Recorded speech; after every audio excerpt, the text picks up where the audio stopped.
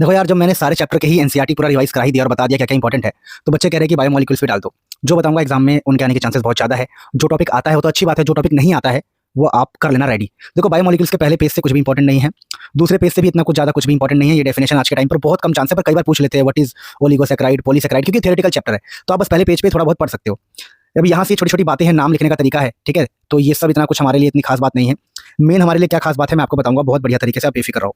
देखिए, पहला टॉपिक इसके अंदर है प्रिपरेशन ऑफ ग्लूकोज। तो प्रिपरेशन ऑफ ग्लूकोज वाला ये टॉपिक इंपॉर्टेंट हो सकता है, तो इसको एक बार जरूर देखना, पर ये बहुत इंपॉर्टेंट की कैटेगरी में नहीं आता। पर हाँ, मोस्ट इंपॉर्टेंट आपका यहाँ से टॉपिक स्टार्ट होता है, ये वाला। ये जितने भी रिएक्शन है यहाँ से एग्जाम में पक्का आएगा, चाहे आप कुछ भी कर लो, यहाँ से एग्जाम में पक्का आने का चांस है। चाहे आप कुछ भी कर लो, कुछ भी कर लो, यहाँ से एग्जाम में आने के चांसेस है।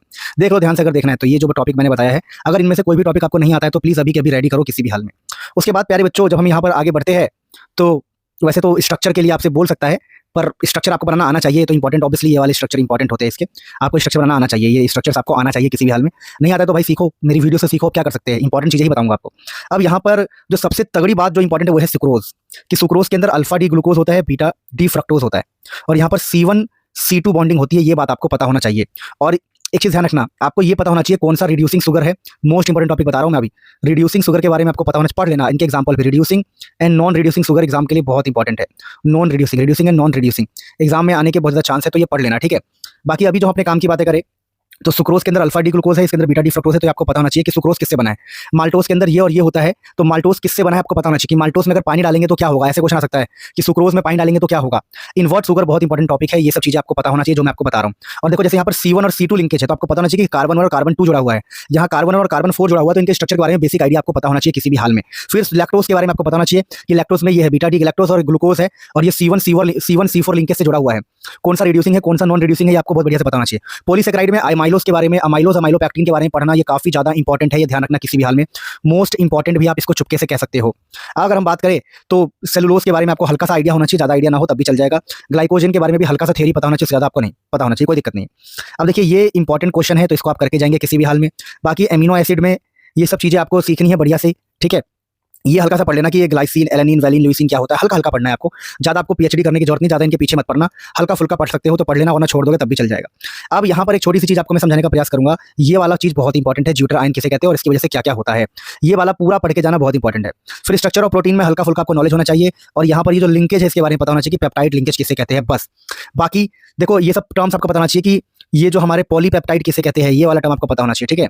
अब देखिए, फाइब्रस प्रोटीन, आपको प्रोटीन के बारे में, फाइब्रस प्रोटीन उसके एग्जांपल, ग्लोबुलर प्रोटीन उसके एग्जांपल, और ये सब कुछ प्राइमरी सेकेंडरी के बारे में डिटेल में पता होना चाहिए उसके, और क्वाटनरी के बारे में हल्का फुल्का पता होना चाहिए, टर्शरी के बारे में हल्का फुल्का पता होना चाहिए। मेन इसमें आपका प्राइमरी एंड सेकेंडरी वाला भी ध्यान रखना, मेन इसमें यही है। ग्लोबुलर प्रोटीन और फाइब्रस प्रोटीन के बीच में ही क्वेश्चन आएगा, कभी भी आएगा, तो एग्जाम्पल भी इसके आ सकते हैं। अब हम बात करते हैं, तो अगले चैप्टर में बस ये एग्जाम्पल आपको याद रखना है, ठीक है। ये बहुत इंपॉर्टेंट है इन टेक्स्ट क्वेश्चन, बाकी आपको इसमें ज़्यादा कुछ करने की जरूरत है नहीं। अगर हम बात करें तो विटामिन के बारे में आप प्लीज़ इसको याद करके जाना, एग्जाम में आपको यहाँ से क्वेश्चन मिल जाएगा, कौन सा फैट सॉल्युबल है, कौन सा वाटर सॉल्युबल है, विटामिन के बारे में पता होना चाहिए, ठीक है।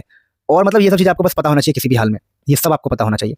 बाकी अपने पास अगला टॉपिक आ जाता है न्यूक्लिक एसिड। न्यूक्लिक एसिड देखो थ्योरेटिकल है, इसके बारे में आप ज़्यादा तो वैसे नहीं पढ़ पाओगे, लेकिन आपको क्या क्या पता होना चाहिए देखो मैं आपको बता रहा हूँ कि न्यूक्लियोसाइड किसे कहते हैं, ये आपको पता होना चाहिए। फिर आगे आपको ये बेसिक स्ट्रक्चर पता होना चाहिए, ये बेसिक स्ट्रक्चर पता होना चाहिए कि न्यूक्लिक एसिड चेन का, ठीक है। आपको न्यूक्लियोसाइड, न्यूक्लियोटाइड, ये सब के बारे में पता होना चाहिए, न्यूक्लियोसाइड, न्यूक्लियोटाइड के बारे में। और ये देखो, जैसे कि ये क्या है, ये सब देखो, ये सब स्ट्रक्चर आपको याद नहीं करने हैं, फंस जाओगे आप, ये स्ट्रक्चर के चक्कर में ज़्यादा मत पढ़ना, फंस जाओगे। सिंपल इनके डेफिनेशन याद कर लेना कि न्यूक्लियोटाइड क्या है, न्यूक्लियोसाइड क्या है, आरएनए क्या है, डीएनए क्या है, इन सब के बारे में आपको पता होना चाहिए। आरएनए, डीएनए क्या है, इन सब के बारे में बेसिक पता होना चाहिए। ज़्यादा समझ नहीं आ रहा है क्या पढ़ना है तो मैंने इसके ऊपर वीडियो बना रखा है, ये थोड़े टफ टॉपिक्स होते हैं।